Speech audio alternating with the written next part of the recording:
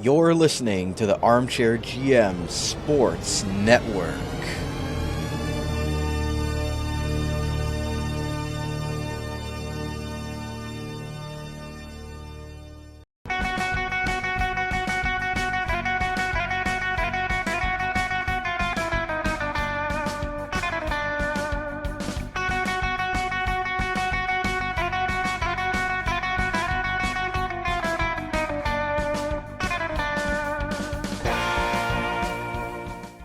Time to sharpen those swords. You're listening to Sabres Semantics, a hard-hitting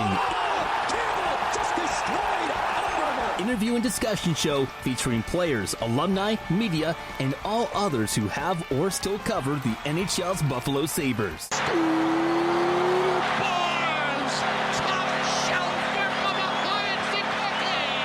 With interesting stories from the past and current objective analysis, this show is sure to provide an entertaining and unique perspective for both Sabres and hockey fans alike. Oh, brother, we are not worthy! Exclusively on the Armchair GM Sports Network. Now, here's your host of Sabres Semantics, Brandon Caputo. Welcome into another episode of Sabres Semantics right here on the Armchair GM Sports Network, proudly brought to you by the Niagara Employment Help Centre, helping people find work in Niagara since 1983. Check out their up-to-date job board at ehc.on.ca to find your next work opportunity today. Brandon Caputo and Austin Broad are with you for the first episode of the calendar of 2025. Talk about the recent Sabres games. As well, we're going to do our Swords Up, Swords Down segment, what we've liked, what we disliked. We're also got our fan polls as well. We're also going to talk about some guys' names that have been out there in the Twitterverse as possible trade pieces for the Sabres, as well as an issue with Tage Thompson, if that's going to be something that's going to be long-term, and overall thoughts on the team's play over the last month and going forward before they hit that First Nations break. Thank you to everybody that's tuned in on YouTube on the video version. Make sure to hit like, hit subscribe, and smash that bell. And thank you to those listening the next day on your favorite on-demand audio platform. Make sure to give us a follow on X at Sabres Semantics. Stay up to date with all of our Sabres coverage here on the network and for our fan polls as well. So with that said, Austin, it's been quite the trying month for the Sabres. Currently dead last at the time of recording this in the Eastern Conference. Had a good game against the Washington Capitals, which was a game I think nobody expected them to win at home after that Western road trip, but they did get it done. But again, just pretty disappointing results all around the last month, and we also had the World Juniors as well, so I think we're going to start there. What were your thoughts on the Sabres' prospects away at the World Juniors up in Ottawa, not too far away from where Buffalo is? So maybe some extra eyes on them over the tournament that were able to get up from Buffalo. What were your thoughts and takeaways from some of the Sabres prospects out there? Yeah, I mean, the Sabres had six guys there, decent amount of guys. I thought really on, Adam Kleber for the States didn't get to play a whole lot, but when he did was relatively effective. Helenius, didn't score but performed as expected. After the first game against Canada, I kind of thought Finland was not that good, and it turns out they made the gold medal game. And a large part of that was because whenever Helenius and his line were on the ice, they were able to control play. Obviously ended up losing to the States in overtime, but the States were, I think most people would have agreed they were the team to beat. But yeah, the big guys, Helenius, Wahlberg, they played well for their teams. That's what you expected. Ziemer had a nice impact for the States playing in his role. And then Noren Panoha from Germany played a large role for them. Germany, I thought, not as good as I expected, but that's kind of because Latvia kind of came out of nowhere and was the story of the tournament there. And then for Slovakia, Maxim Sturbak, defenseman from Michigan State, he played a large role for them too. So every Sabre kind of had a nice little impact on there. I know people have their prospect fatigue, so don't want to spend too much time on it, but nice showing overall. Good for Helenius to get a silver before he heads back to Rochester, where he's been pretty important, and that team is on a roll. So if you are tired of the Sabres, I would I would recommend following the Amerks, even if you can't necessarily watch them. They're fun to follow along. When I don't watch their games, but I follow them closely whenever they're playing. I keep their Twitter notifications on, so good to play there. And then, Brody Ziemer, I think, is from the States, with the gold medal. I think he's a guy that is going to endear himself to a lot of Sabres fans because he just has that, not grinder, but he's a hardworking guy. He's got some skill, and he lives at the front of the net. So all in all, solid showing from each and every single one of them. And, three of them come away with a medal, with two of them having large impacts on their team. So Good overall showing. And Hellenius had a 3-assist game, if I'm not mistaken. 4. They gave him Four. They gave him a secondary assist, so he ended up with 4, There and you go. that was against Sweden in the semifinals. So big reason why they were able to win that. Yeah, so congrats to him on earning that medal. And as you mentioned, Rochester, that was something we talked about a little bit in the season preview. Was they were a really young roster, so we were kind of wondering what they would do without a lot of veteran talent down there in the American Hockey League. A bruising type of league down there, and it's a different style for sure, especially for those young players getting to that pro level and the second highest tier of pro hockey.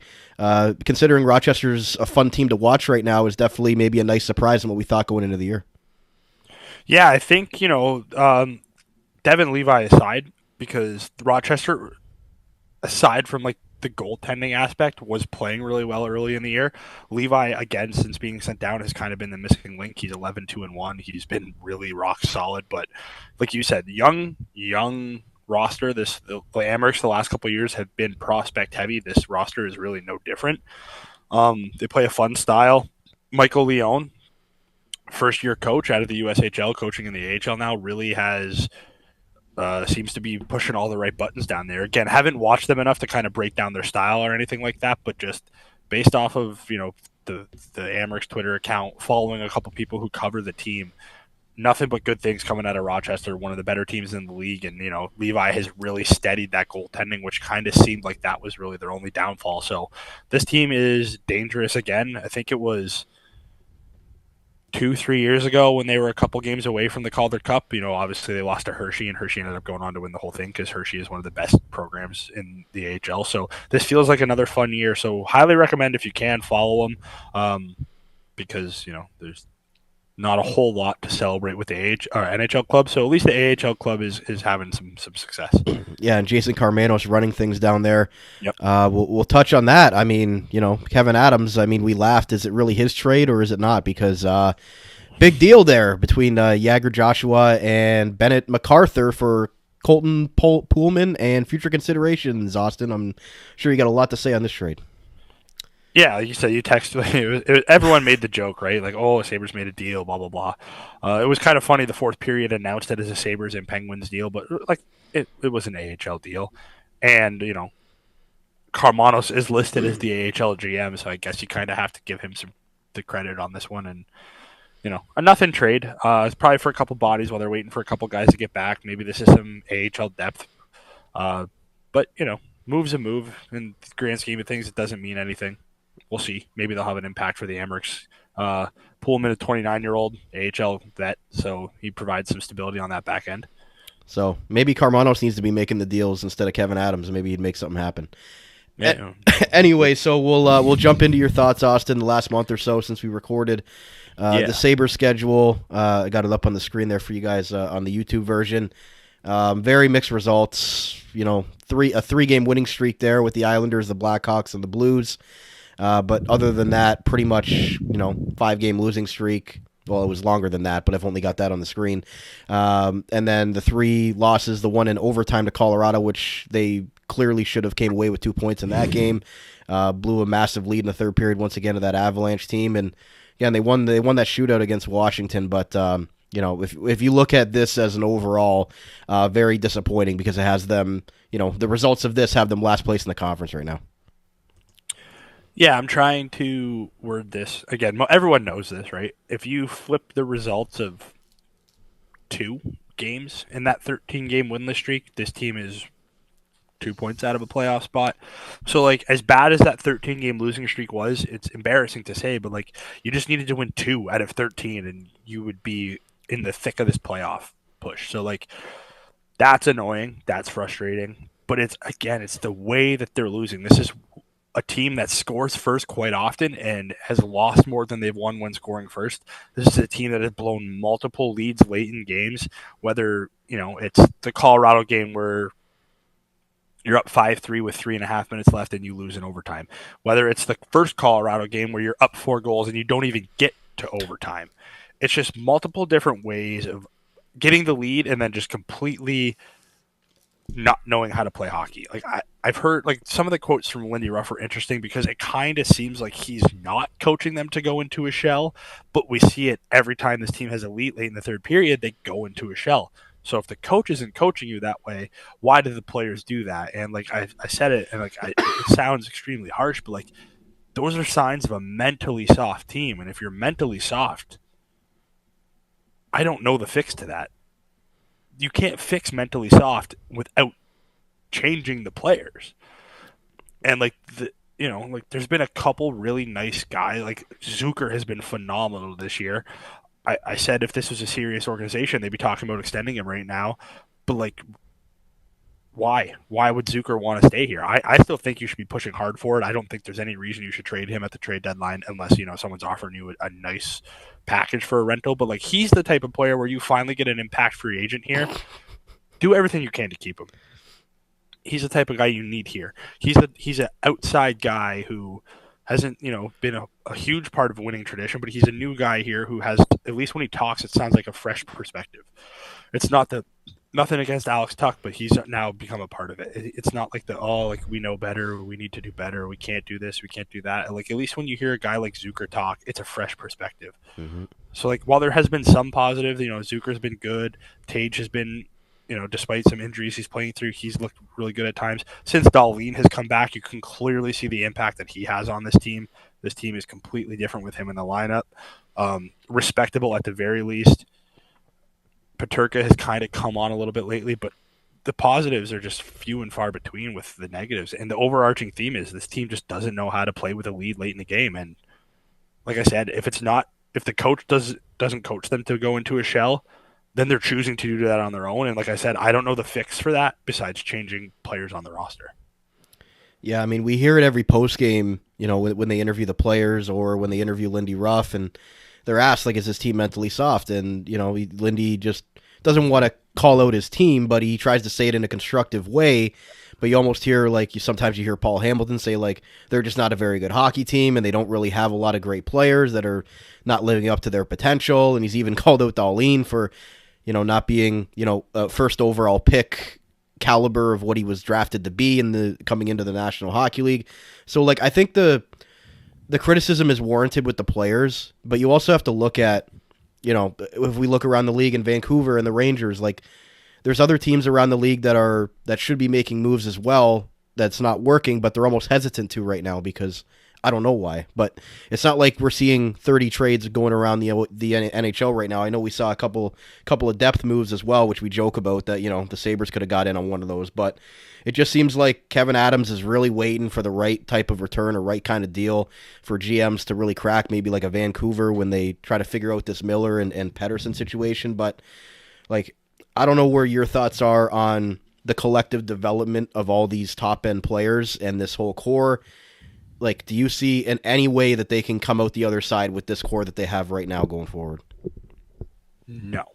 I will push back a little bit. Before the roster freeze on Christmas, there was 3 trades. Yeah. Two of which were relatively not impact, but like the Habs traded for Carrier, the defenseman from the Predators, who is potentially a top 4 for them. The Kraken traded for Caputo, did not give up a whole lot to get him. Not saying the Sabres had to be all over that, but that's a trade that Buffalo could have easily done. So, like, there were some trades by those teams that we've kind of talked about who need to make trades. Adams has just been sitting on it. Back to the core, Cousins, with his contract,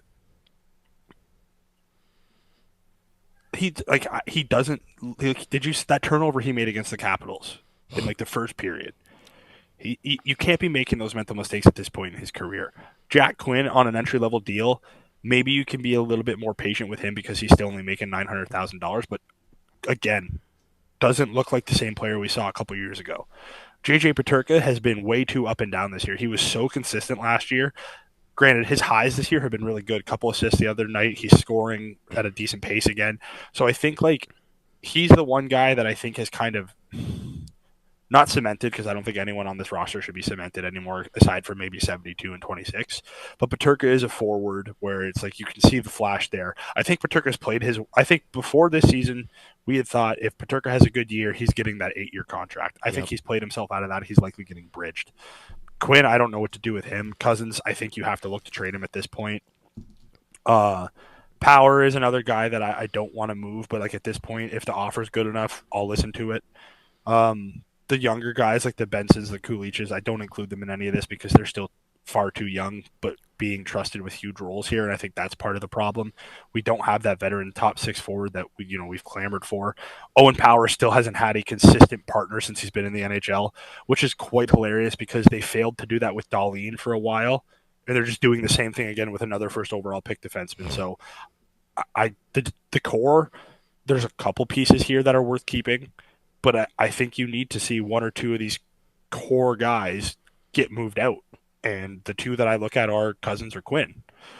There's a couple other guys, like, if we can talk about Bo and Byram and all that stuff later on, but like I think this core is in the need of a shakeup, which is, I'm just basically saying you need to trade one of these core forwards. And to me, 72 is the only one that, if you want Tuck, give me an offer. If you want Peterka, it's got to be a good offer, but give me an offer. You want Cousins, give me an offer. Like any forward out of those core 5 forwards that we've talked about, if you want them, make an offer. And if it's good enough, Adam should not be worried about pulling the trigger. Thoughts on Luukkonen and Reimer? Luukkonen, again, inconsistent. The Colorado game is tough because, you blew the lead, but there were a couple goals there that it's like, come on, Luukkonen, just make that save. You're a starting goalie. I know you're better than this. That was a game where the whole team kind of floundered, but that was one where you have to include him in that, where normally he's one of the few consistent things. Reimer, I don't know, he's a backup goalie. He's playing, about as well as he can, and given all the situations and everything like that. I don't necessarily think he was worth reclaiming, but I get their logic there. They needed a veteran backup goalie. They brought him back because he was here before, so doesn't seem like he's going to play much the rest of this year. But I don't know, like that random spot start for Levi against Toronto seems weird too. Like, I don't know what this organization's plan is, and that is with Kevin Adams, because you are the one who makes those decisions. So I don't know what the plan is, and I think that's the problem. Adams wants to talk about taxes, bad weather, palm trees, all that stuff. No, dude, it's just, you don't have a plan and you're not winning. If you show people you have a plan and show people you're committed to winning, people will come here. And right now, I just don't think Buffalo's showing that. Clearly, we haven't made the playoffs in 14 years. Well, he loves bringing up the Bills down the road. Again, they had a plan in place and they stuck to it. It's a different league too. But I know. You know what I mean? I don't know. I mean, I know it worked out for them with the win against Washington, but they played Reimer at the end of that road trip in Vegas. Like, I couldn't believe that he actually played in that game against Vegas. Like, in my opinion, they were just punting it. If you're going into Vegas at the end of a road trip and you're playing James Reimer, like, you're expecting to lose that game. That's just this plain and simple. Yeah, like playing your backup goalie against one of the better teams in the league, not on a back-to-back, seems a bit odd. Like, but I guess I don't know. Like, he played all right. Right, they had 33 shots. Like, he played okay, but again, I'm with you on that. It's a questionable decision. That one is, again, more on the coaching staff. But yeah, I don't know what their plans are like for this team, and to me, that is more alarming than anything else we've talked about. Sure, the players might not be as good as we thought they were. Sure, we saw them. The 13-game winless streak is crazy as it is because they didn't play all that bad in a decent amount of those games. I think this team is far too good to be the worst team in the league, and I think, again, you've kind of seen that when they have their stuff together. They are a relatively solid average team. But, like, man, like, when things go wrong, they go wrong for this team. And to me, that goes back to the mentally soft thing. Like, when one thing compounds this team, like during that Colorado game, once it was like we saw every fan saw it coming. Once a couple goals were popped in, it's like, oh man, here we go again. And sure enough, the only difference is that second time they got to overtime. So it's, I don't know, the identity of this team from front office to the players is just severely lacking. And until you blame the players because the players need to perform, but guess what? The players haven't, aside from a couple, haven't performed for the last 4 years. And when it's a 4-year stretch and you have to start looking at maybe the team's not good enough, well, who built the team? The general manager. All right, the general manager hasn't made a move in 4 years. Again, being a little bit dramatic, he's clearly changed some roster players and things like that, but he hasn't made a significant top 6 add in a couple of years. All right, well, he's still here despite the lack of significant additions. Well, then who do you look to? You look to the owner. Well, the owner's been here for 14 years. The only time the owner made the playoffs is when he bought the team in February, and the playoffs started 2 months later. So it's just from top to bottom, things are not going well. There's no identity. It doesn't really seem to be a developmental plan.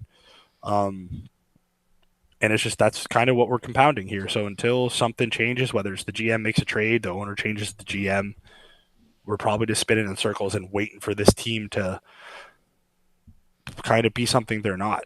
They have good pieces. They have some good pieces. Like, I think Kulich is just, we'll see what his injury is, but Kulich has shown that he could be a solid, effective third line center. McLeod, when he's not being buried on the fourth line by Lindy Ruff, which again doesn't make any sense to me. I know he hasn't scored in 20 games, but like he still brings a lot of other stuff that other players on this team don't. It's just a mishmash, and that's kind of where we're at, and that's kind of why you're seeing the inconsistencies here. Is no one knows where this organization is going. No one knows what the plan or direction is. Yeah, and I mean, Jordan Greenway's out right now, and he's kind of shaking up the lines there, but losing a third line winger should not be the sole reason why your team can't continue to play consistent hockey.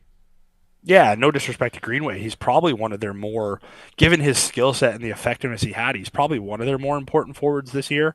But like you just said it, a Stanley Cup contending team loses Jordan Greenway, and sure, it sucks for them for a little bit, but they're not just staying afloat. They're still kind of going on business as usual. Buffalo loses a guy like Jordan Greenway, and it throws their whole forward thing into a mishmash. Like, it is what it is. I love Kulich and Benson. We talked about Benson being on the team last year. I thought he earned it. But realistically, on how many really solid contending playoff teams is 18 and 19-year-old Zach Benson, getting the runway that he's getting? Probably not many. That's not a shot at Zach Benson at all. He's one of their harder working two-way forwards. But just it's the grand scheme of things, right? It's like this team has been serious, saying they need to win now. Well, their significant free agent addition on forward was Jason Zucker, who's been phenomenal. He's playing on the top line or the second line, depending on how you look at things like that, and he's one of their better power play players, but like, you probably could have added at least one more of those. Lafferty has been a dud. Mallenstein has been okay. Obey-Kubel can barely stay in the lineup, so that reworked bottom six that we kind of talked about is even like, all right, that's one thing we kind of expected to be consistent with this team. Well, Lafferty has been really bad. Obey-Kubel, whether he was sick or just his inability to be effective and take dumb penalties, is costing him, being in the lineup. So there's two of those bottom six guys you brought in that can barely stay in. You mentioned Greenway being out. Well, if the bottom six of this team was their identity, half their identity isn't even in the lineup. So what do we do from here? And it'll lead into what we talk about later, but it's just there's been no activity from this GM whatsoever. There has been not a pulse from this front office whatsoever that things are not okay. How many serious organizations go on a 13-game winless streak where you blow multiple third-period leads and don't make a change? Whether it's, again, coach aside, they're not firing Lindy Ruff this year because he's 41 games into his second tenure, but nobody was waived. Nobody was claimed on waivers. Not even a trade was even discussed. The closest thing we got to unease in the Sabres organization was Terry Pegula flying to Montreal, telling them he believes in this team and the solutions in the room. And later that night, they got their asses handed to them by Montreal 6-1. Yeah, I think you summed it up perfectly there. That even in a 13-game losing streak, they still believed in that group, and I guess they're sleeping in the bed they made because they're sitting last in the Eastern Conference right now. Craziest thing, I mean, Ottawa's playing Montreal while timing of this tape, so it might change things, but they're 15, 21, and 5, and they're only 6 points back of a wild card spot. And I know 6 points sounds like a lot, but with 41 games left, 6 points isn't that crazy. And this is a team that went on a 13-game winless streak, and they're only 6 points back. So, it's crazy. Doom and gloom, but it's also like the East is so bad this year. All you had to do was just not go on a historic winless streak, and you're not only in the thick of the playoffs, you're probably in a playoff spot comfortably. They were third place in the Atlantic when when that mess started. So, yeah. Yeah, what could have been, but we'll have plenty more time to look back on that as we go forward. But we'll get into our Swords Up, Swords Down segment quickly here. Brought to you by Wild Bill's Auto Repair, helping customers stay safe and confident on the road in Niagara since 2012 in honor of late William Robert Hunter. Austin, you kind of took my thunder with my sword down, and it's Sam Lafferty. I was pulling up the Puckpedia. The guy's making $2 million. So I know it's not a lot, but you gave him a multi-year deal, and you expected him to come in and really be a solid bottom six player. That was the one thing we raved about Kevin Adams, was that he really tried to make the bottom six better and revamp that going into the season. But you look at Lafferty, 30 games, he's got 1 goal and 2 assists, -3, and his average ice time per game is the worst among all forwards not named Obey Kubel at 9.56 per game. So for me, my swords down is Sam Lafferty, because he's been very disappointing. We've seen him be a pretty solid bottom six player in this league with either Toronto or Pittsburgh or Vancouver, and he has not lived up to any of that here in Buffalo. No, like you said it perfectly there. Like, borderline unplayable? Is that being harsh? I don't really think so. But like, he's been borderline unplayable. And that's a guy, like you just said, you gave a 2-year investment. I know not a lot of money, but you gave a guy 2 years. So when you give a guy 2 years, you expect him to at least be serviceable for those 2 years. And we're 41 games into that tenure, and he's proving that right now he can't even be a regular on this team. And if you can't be a regular on the worst team in the Eastern Conference, that's not good. No, it's not good. And maybe he'll turn it around in the second half, but his first half season as a Sabre has been an epic failure on pretty much all avenues there. My swords up quickly is going to be to shocker here, Jason Zucker. Just been unbelievable for a guy that they brought in on a 1-year deal. He leads the team in power play goals with 8.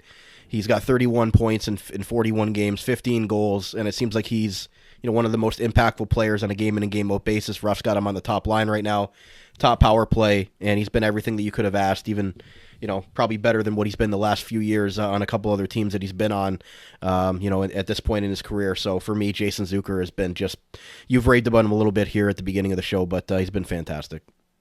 Yeah, easily worth a sword up. He's been, aside from maybe Tage, their most effective forward, and that's with Tuck. I know Tuck's gone through a little bit of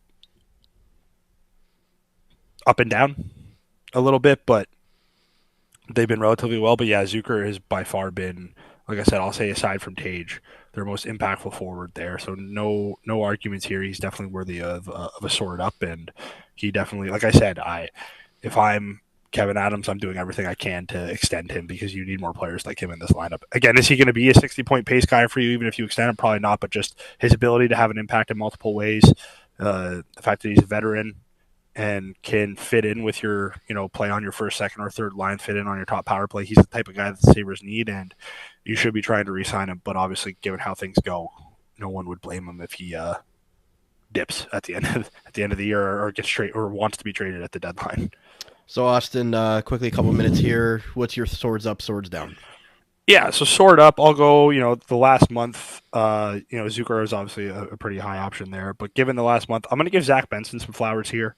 He's a 19-year-old, right? So obviously a lot of tough to be consistent and score points in this league. But since, him, Kulich, and Krebs were kind of put together as that mishmash third line since the Zucker has gone up to the top line, that has been one of the Sabres' better lines. And I know the production hasn't necessarily been there yet for Benson, but that third line has been serviceable with him and Kulich and Krebs. And I think Benson's ability to forecheck, work below the goal lines, and just have the hockey sense that is really lacking from a lot of these Sabres top 6 players has been really valuable. And you've kind of seen what him and Kulich have been able to do. So Benson's my sword up. My sword down is just strictly, without being too Kevin harsh Adams. and too vague. Yes, in a sense, it's just the inability to make any significant move, or even the insignificant moves, right? Like, I literally was clamoring for Arthur Kaliev to be claimed the other day. And listen, I know Arthur Kaliev probably makes no difference on this team, but this team has gone through one of the worst stretches of hockey we have seen in a long time in terms of results. And he sat on his hands idly by and didn't make a single move. I know trades are hard to make, but when there is not, even if it wasn't Kaliev, there was Oliver Wahlstrom earlier. There was a couple guys here and there. When young guys on waivers with upside are there. If you're not going to make that significant hockey trade to bolster your team, at least start making those easy layup dart throws. You're one of the worst teams in the league. You have high waiver priority, and you're not using that to your advantage. So just Adams' lack of pulse is my swords down, and I know the Sabres need a legitimate top 6 addition to this team. We've all been clamoring that for a while, but if you're not going to do that, at least take the gambles, the layups that come your way with a guy like Kaliyev who scored 14 goals a couple years ago in 56 games. It only costs $865,000. Is available. Take the swing. At the very least, he doesn't work out. You waive him later in the year, or you just don't qualify him in the summer and he walks. But just show us a pulse. My swords down goes to just inaction by Kevyn Adams. And of course the Rangers, Adam, who have had problems. That's what I'm talking about. Is it going to work out for them? Probably not. But you know what? They said, hey, worth a shot. Exactly. So maybe Adams will learn from that one. Maybe the next guy that goes on waivers, maybe the Sabres are going to be hot and ready on that one. But we'll have to wait and see. But we're going to take a quick break on today's show. We're going to come back. We're going to get our fan polls. We're going to talk about Tage Thompson. Is him playing wing right now? Is that concerning? Guys that have been out there as far as names for the Sabres, possibly making some moves, and what to expect the next 10 games or so. So stay right here, but right back on Sabres Semantics, right here on the Armchair GM Sports Network, proudly brought to you by the Niagara Employment Help Centre. Back after this. Are you currently looking for work in the Niagara region? If so, you owe it to yourself to check out the services provided by the Niagara Employment Help Centre, located at 6100 Thorold Stone Road in Niagara Falls. Their many free services include a fully staffed resource area open to the public, resume and cover letter writing, local labor market information, job search strategies, assistance with clarifying employment, training and career goals, employment counseling and job search support, and Better Jobs Ontario information and registration assistance. Check out their website at ehc.on.ca or call 905-358-0021 for more information. The Niagara Employment Help Centre, helping people find work since 1983. This Employment Ontario program is funded by the Government of Ontario. Pets bring immense joy to our homes, becoming an integral part of our families. But this living, loving experience often requires a little extra care and attention. That's where Global Pet Foods comes in, with owners and staff ready to support you every step of the way. Check out one of their locations today: 3643 Portage Road in Niagara Falls, 160 Highway 20 in Font Hill, or 400 Scott Street and 344 Glendale Avenue in St. Catharines. Global Pet Foods, where pets are undeniably part of the family. Proud to sponsor the Dog Pound Podcast, the official podcast of the Niagara Ice Dogs. The great guys over at Hockey Stick Man are sponsoring this video. If you play hockey but are sick of paying upwards of $400 for top-end sticks, check these guys out. There's seriously no better place to shop. The guys are fun, easy, and offer a stress-free experience from start to finish. They get pro stock sticks from major junior teams right up to the NHL teams and sell them for half the price that the same stick would sell for at a retail store. To further support their mission of saving hockey families money, they offer closeout options, which entail taking last year's retail models and blowing them out for less than wholesale prices. It's literally the best prices on the internet for their sticks. And the best sticks of all may be their Pro Blackout series, which provide a top-end stick with no graphics and literally less than half the price of a branded top-end retail model. It's always been their best-selling stick despite super cool pro stock options. It's a no-brainer to shop with these guys, and trust me, they are beauties. Head over to hockeystickman.ca/thearmchairgm and get $15 off your first order. That's hockeystickman.ca/thearmchairgm to get an additional $15 off your first order when you sign up on their website. Check out our friends at Hockey Stick Man. Celebrating a birthday, wedding, graduation, or just watching the big game, Carmine's Pizzeria Italiano is there to satisfy your pizza needs. Serving handmade Italian pizzas created with the freshest, top-quality ingredients, loaded subs, and their famous chicken wings. Platinum Award recipients of Community Votes Niagara for Best Pizza and Wings in all of the Niagara region 3 years running. Open 3 p.m. to 9 p.m. 7 days a week from their brand new location at 7156 Drummond Road in Niagara Falls. All payment options accepted to fit your convenience. Available for call-ahead pickup or delivery. Place your order today at 905-374-4400 or check out their online menu for the best quality pizza and wing combos you'll find in Niagara at carmine'spizzeria.ca. You've tried the rest, why not try the best? Carmine's Pizzeria Italiano, proudly serving the Niagara community since 2013. You're listening to the Armchair GM Sports Network, the Niagara region's best local source for North American sports podcasting coverage. By sports fans, for sports fans.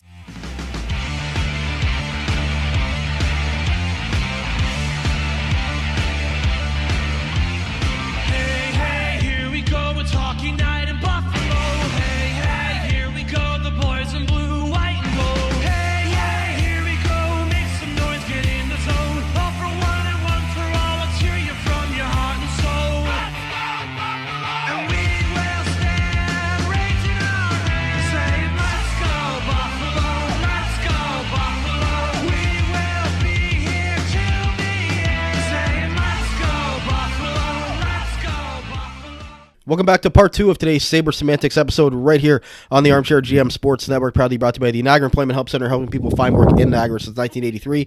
Brandon Caputo and Austin Broad are back with you, continuing to discuss the Buffalo Sabres' recent stretch of games, what to do the next month or so, heading into the Four Nations face-off, and eventually the NHL trade deadline, currently sitting last place in the Eastern Conference. No moves have been made so far through the first half of the season. We kind of talked about in segment 1 today.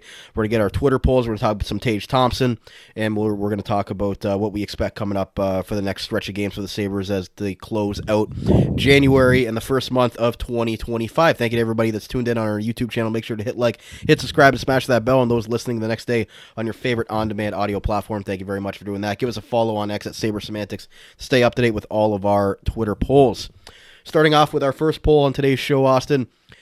Will GM Kevin Adams make a significant move here soon? We've talked pretty much in the first segment that he's not going to, but our options were, yes, it's coming.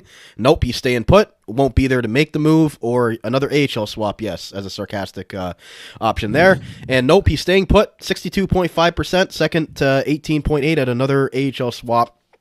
And 12.5 at yes, it's coming soon. So, Austin, what are your thoughts there? I guess it kind of goes with what is everyone's definition as a significant move. Because if you do look at the last couple deadlines, he did add Greenway. He did make the Byram move. So if those consider significant, I think one's coming. I do realistically think there is a lot of smoke around Dylan Cousins. I do think that move is happening. Whether that move happens before the trade deadline or in the offseason, I'm not sure. But I do think that is coming. What that trade looks like, I don't know. We'll have to see. But I just... Unless this team gets comfortably back into the playoff race, I can't see him staying put if he is the GM of this team going forward. Because if he is going to be the GM going forward and he doesn't make any significant moves, every bad rumor, every bad opinion about the Sabres and Terry Pagula is essentially proven to be true. Well said. Right? I mean, right? Yeah, what do you think about the option of he won't be here to make the move? Like, do you think that there's, like, we already saw that Terry came up and gave, vote of confidence to the team, and obviously Kevin Adams is his handpicked guy. So, like, if Adams doesn't make a significant move, does he feel like it's going to lead into our second poll, so I'm just gonna throw it up there anyway. What outcome is most likely at season's end? Kevin Adams is firing, Lindy Ruff being fired, both being fired, or running it back with both of them on the team. It was actually a tie at 38.9% with either Kevin Adams fired or running it back with both. Third was both fired at 16.7%. Last was Lindy Ruff fired at only 5.6%. Kind of tying in what I'm trying to say here, that does Adams have the urgency that maybe some other GMs would around the league, given that he's been kind of groomed to run the Sabres for 5 or 10 years here? I don't necessarily think he has an urgency, because I do think, right or wrong, Terry Pagula trusts Adams. There's a reason he tapped Adams right after the whole Botterill thing, which people can have their own opinion of Botterill, but for whatever reason, after Jason Botterill, Terry Pagula just is not trusted anyone outside the organization except for, and then that's why he tapped Kevin Adams. I do think it's one of two scenarios. Either they're both gone or they're both here. If Adams is gone, nothing against Ruff, I can't picture a serious GM candidate coming in here being like, hey, Lindy Ruff has 1 year left on his deal. He's gone. If I'm the GM, I'm picking my coach. So I think they're either both gone or they're both here. Right now, I'm leaning towards they're both here. Just because, again, anyone who has any sense that their job is in danger, to me, is doing something. And right now, Adams isn't doing anything. So until proven otherwise, I am led to believe he feels relatively safe. And we talked about it kind of at the beginning of the year when the Ruff, hire was made, that this was Adams' last shot. Like, Lindy, he's going to ride and die with Lindy Ruff. He's going to ride and die with this roster. And if they don't perform, then he's going to be taking the fall with them. Yeah, I do. That's why I said, they're either both here or they're both gone, and they both only have 2 years left on their deal. As far as I know Lindy Ruff was only a 2-year deal, and I'm pretty sure Adams' contract kind of lined up with that. So whether it's this summer or the next summer, I don't think Kevin Adams is getting another coaching hire. But I do think right now Adams doesn't feel any sense of danger for his job right now, because if he did, to me, he's at least again, maybe later in the year that move comes and we both look dumb for saying this, but right now he's just not acting like a guy whose job is in danger. If it wasn't in danger during a 13-game losing streak. Yeah, and don't get me wrong. I know making an in-season GM change tough. probably is not. It's not like making an in-season coaching change, right? Hmm. If you bring in a GM mid-season, okay, well now you're tasking that GM. You got to evaluate this roster that you have never been a part of. You need to figure out who. Like it's hard. It's hard to do that. So I'm not expecting him to be fired in season. That would be a little bit shocking to me. I do want it. I do think he should be fired, but I just don't think he's going to be. And I am very weary of him being fired in the offseason as well, just because the behavior he has exhibited is not that of someone who fears for their job. Um, but yeah, his lack of action should be and would be enough probably for other owners who, you know, have standards. Yeah, and don't come into the Clearly we room don't. and Clearly they say that don't they're in doing a Buffalo. great job. Like what is it? Like how far away are the Sabres again if this season continues to go bad? How far away are they from Tage or Darlene being like, you know what, I need out? Because that is coming eventually. And if that happens, this organization is toast. Because then you're talking about two significant pieces wanting out within a 5-7 year stretch. It is hard to recover from that. Nearly impossible, I'd say, but it's the professional sports world. Eventually, somehow, some way, they'll find a way. But that would be rather embarrassing for Pagula. So either he needs to kick it in hightail, or he legitimately needs to keep being embarrassed to the point where he changes his ways. Yeah, and I mean, we talk about all the players that have left the organization willingly or unwillingly and have gone on to do great things. And you hope that 72 and 26 are not the next names on that illustrious list. Yep. So we'll move on here. Again, thank you to everybody participated in the polls. Make sure to give us a follow on X at Sabres Semantics if you want to get in on the discussion for our Twitter polls on our next episode. We'll have a lot more to talk about, probably our wish list on our next episode about the Sabres trade deadline and everything like that when we record again closer to February. Or in February, I should say. And then Austin, Tage Thompson playing wing right now. I know there's talks about that he's got a little bit of an injury that he's playing with again. We saw this last year as well, which his point output and his goal output was not what we had expected after that 94-point season the year prior. Kind of dealing with another lingering injury. Does him moving to the wing to not take faceoffs, does that concern you either for him individually or the team layout as far as the lineup goes? Team layout, as far as I'm concerned, maybe a little bit, because you've kind of thrusted Dylan Cousins and McLeod into the top two centers, and the way Dylan Cousins has played at times this year, I don't even know if he's a third line center. For himself individually, I'd say no right now, because he's playing at a 73-point clip, which is, again, where I have consistently said I think he is the 70 to 75-point guy, which is a star in this league. And not a superstar, not an elite amongst the elite, but he's a very solid, steady player, well worth his contract. So individually, not too worried. Obviously, concerns about, with Tage being the number one center, that was one thing you could consistently worry about, is their center spine is at least aligned properly. Now with Cousins or McLeod having to step up and be that one or two center, and a potential injury to Yuri Kulich, which hopefully is not significant, but he did leave the Washington game early, and we won't have an update until later, or today, Wednesday. So if he can't play center very long or for a long time, that does hurt their center depth, especially if they're, Kulich, who's been a relatively surprising good story at third line center. If he's out too, that kind of puts their center depth in a bit of a conundrum there. But as for right now, I think Tage is playing fine on the wing. But for the team itself, it is obviously, it would be better to have him there. Right. We'll move on here to names that have been, out there in the rumor mill from the Sabres aspect. We know Vancouver and New York Rangers have been teams that that people have tried to link the Sabres to, and possible, projected trades or mock trades or things like that. But seems like the big three right now that are, there's a lot of smoke around right now are Dylan Cousins, Bowen Byram, and Jack Quinn. Yeah, and I mean, the Byram one, I understand. That's clearly not because of performance, right? He's been playing well with Rasmus Dahlin this year. That is simply because, from what I've seen, he's a guy who wants to have a larger role. And obviously, when you come to a team with, that's one, not playing well. But when you come to a team with a guy like Rasmus Dahlin and Owen Power, it is very hard to get power play time, which we've seen.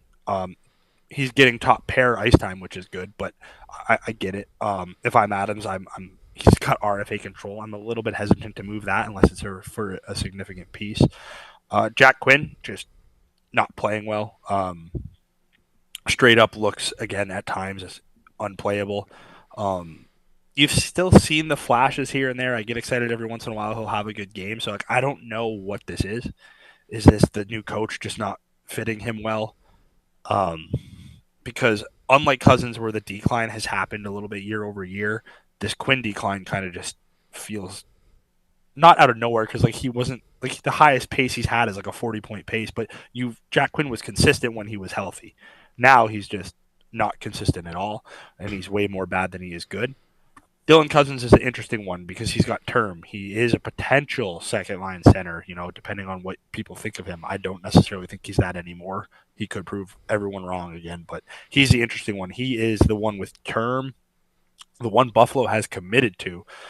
So to me, that is interesting. I don't know what his value is, but if there are enough teams interested in him, there has to be some decent trade packages out there, and if he goes on to win a Stanley Cup, I honestly am at the point, and Sabres fans hopefully feel this way too, who cares? Because we've seen this core for multiple years not get it done. If they can't get it done this year, someone's got to go.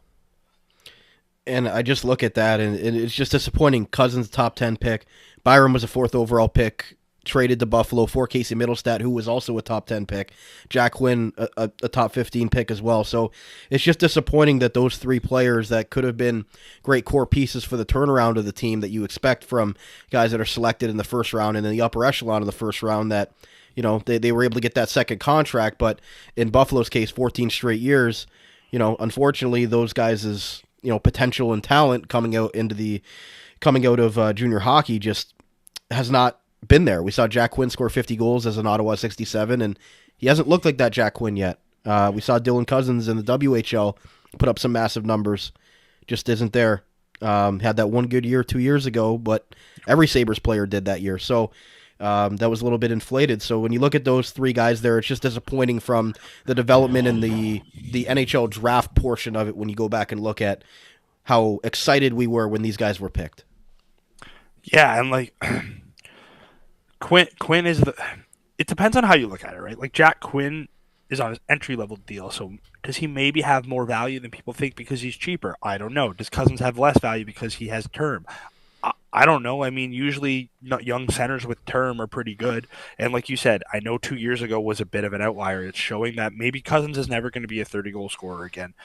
But $7-point-something million for a guy for 6 more years who has 25 goal potential, could be a second-line center. I got to think there's somebody out there who's willing to pay up for him. And I know everyone's whole thing is, well, he's playing bad, Buffalo's bad, no one's offering him anything good. Well, that's the GM's job to make sure he gets offered something good. I'm not sitting out here saying, hey, send Dylan Cousins away for a prospect and a pick. No, absolutely not. If no one is offering you something good, don't take it. But if there are enough teams interested in these guys, something's got to be, of substance has to be offered. And we are far past the point where Adams has patience and time to sit on his hands, at least in our eyes. Obviously, clearly in his eyes, he feels a different type of way. But like, the craziest thing is we're talking about this, and like I just said earlier, there's a chance where come next month they're still somehow only 3 points out of a playoff spot because that's how bad the East is. I don't think this team is going to claw their way back into that. But I do think the rest of the league just is not that good to where the Sabres will never fully fall out of it. So it is going to be very interesting. But I do think this team is in need of a core shakeup. And I will say this. Alex Tuch seems to be like the crown acquisition for Kevin Adams. He's 2 years away from unrestricted free agency. I don't care how much the dude loves Buffalo. If things keep going like this, do you think Alex Tuch is staying here? Not a chance in hell. So if he's a guy you want to keep around, Adams, you better figure this out fast, because why would he stay here unless you show him that you could be a serious organization? Well, they got a new Jumbotron. They got a new roof. They made improvements in the arena. They could bring the goat head back, so maybe that is supposed to keep Alex Tuch and his, fandom nostalgia around. But joking aside, like, just quickly back to the Dylan Cousins thing, and I don't mean to rib on him, but after he had that 30-goal season that we talked about, he was somebody that was being discussed on national television on the big, NHL shows about a possible candidate for Team Canada at the Olympics. Like he was on a trajectory that was almost putting him in elite status, at least in general OHL or general NHL circles, that this is a guy that could possibly be worthy of playing on Team Canada.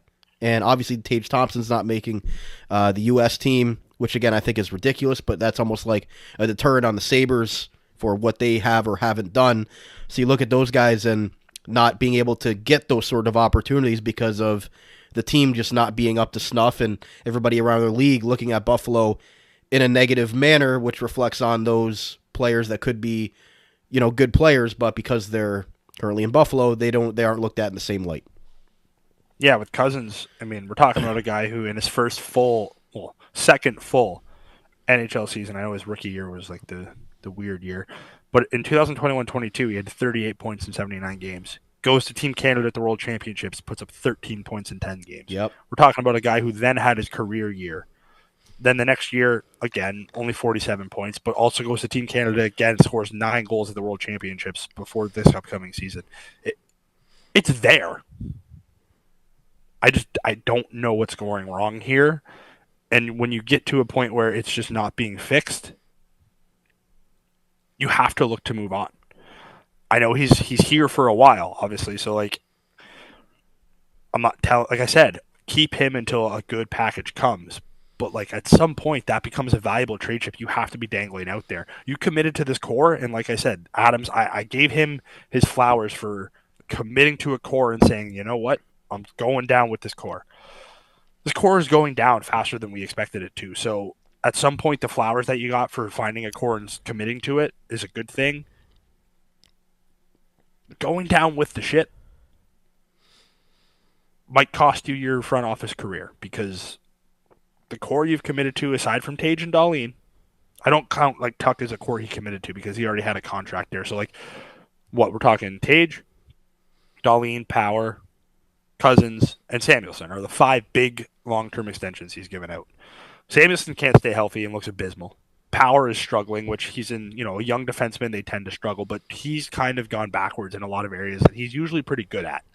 He started off the year really well offensively. The offense is kind of dissipated. The defense is struggling. He's been playing with Yoki Haru, who's abysmal. Samuelsson, who sucks. He's had his best games and minutes with Connor Clifton, but the coach doesn't seem to want to put those guys together.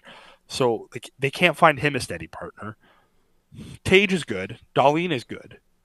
And Cousins just is like 3 out of the 5 big extensions you signed are starting to age poorly really fast. I have hope for Power because, whether people hate him or not, he's 6 foot, whatever. He's not going to be a grinder. He's not going to be physical. He is a puck-moving offensive defenseman who happens to be big. So please stop asking him to be gritty. Yes, you could ask him to tie up his man in front of the net, which he definitely needs to work on his defensive game. But he's a young defenseman. So throw him away. He's a guy that I still think should, be on this team. And unless, like, the Canucks say, Owen Power for Elias Pettersson, straight up, let's do a hockey trade, you at least consider that. But, like, Owen Power should be here. So when 2 of your core are solid, 1 is questionable right now with Owen Power, and then Samuelsson and Cousins just look bad, you're at less than 50% of your long-term extensions working out. That's not good. That's not a recipe for success. And that's where Adams finds himself. So now it's time to prove you were able to commit to the core. Now show the fan base you can finagle your way and change a core, because that is the next step for this team. It's been the next step for this team for a while, and he's yet to do it. But maybe we're talking 2 months from now how he's made a significant trade, because like I said, he's not going anywhere in season, and I still am not convinced he's going anywhere in the offseason. So, Austin, as we wrap up here, Buffalo currently last place at the time of recording this in the Eastern Conference with 35 points. Pretty crazy to think about, after the first month or so went for the team. Upcoming schedule for them, next 10 games, going to be in Ottawa. Then they got 3 straight home games against Seattle, Carolina, Pittsburgh. Then they go out west for that Western Canadian plus Seattle road trip. And then they come home for Boston and Nashville leading up to the beginning of February. So, what are you thinking about here? They've got 5 home games and 5 road games for the next 10. What am I thinking in terms of what am I watching for? What am I hoping for? Give people a reason to watch this team the next 10 games. All right, that's fair. All right, I'll say one storyline to watch is, depending on his injury status, watch for Yuri Kulich because he is really blossoming into a really effective NHL player, and I think the points will start coming for him. Rasmus Dahlin is always fun to watch. Tage Thompson, despite his injury that he's playing through, is hammering pucks at over 100 miles an hour. So, watch for those players. Watch for maybe, again, it was one game, but that McLeod-Peterka tuck line looked really good. So watch that. And just maybe hope this team can somehow pile wins. Like I said, the East is really bad right now, so the Sabres somehow are not fully out of this. So just watch for certain storylines of players that you like to watch for. Maybe somehow a miracle happens and they play their way back into this, but I don't know. Between now and the Four Nations, there's not really a whole lot I can give you. I can't sell you on hope, but I can sell you on just watch for 4 or 5 players to keep developing, because if Peterka remains consistent, that's a piece they have going forward. Tage is here, he's good. Dahlin's here, he's good. If Kulich and Benson continue to develop the way that they do, there's 2 more pieces maybe you can build around. And just, if you're like me, hope Jason Zucker gets extended, but I'm doubtful. I look at it 7-3, 14 points out of a possible 20 here, to at least keep yourself afloat. Yeah, their next 2 are huge, right? Ottawa, a team that you're chasing, and Seattle, an out-of-conference team. You find a way to win those 2 games, you're still looking at a 3 or 4. You're only 3 or 4 points back. I don't know. The East is so bad. It's just so annoying because all they had to do was just not go on a 13-game win streak, and they did. And if they steal one out west when the 4 games out there, it doesn't even hurt you too bad because they're out of conference opponents, but you don't want to get too far behind. But you never know what you're going to get when you go on those trips from out east. But again, to me, 7-3 needs to be a must right now, at least. Yeah, I think it was the Chicago, their last little stretch that they had. So they beat Chicago, they beat St. Louis, they lost.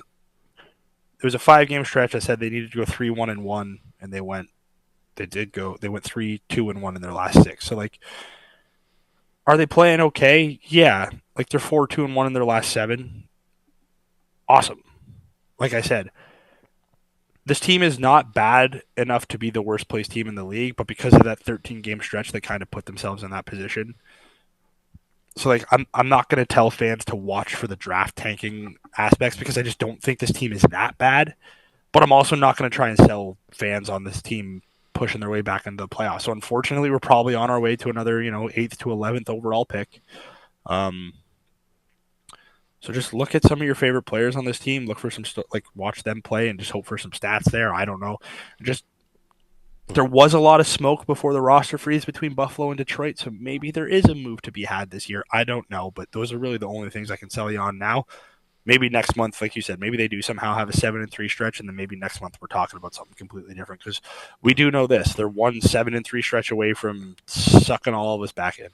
Yeah, maybe it's their New Year's resolution to play better for the fans, but regardless, that's going to wrap up our first installment of Sabres Semantics of the 2025 calendar. Thank you to everybody that's tuned in on our YouTube channel in the video version and those listening on your favorite on-demand audio platform. Give us a follow on X at Sabres Semantics, as well as Facebook, Instagram, TikTok, all that sort of thing by searching the Armchair GM Sports Network.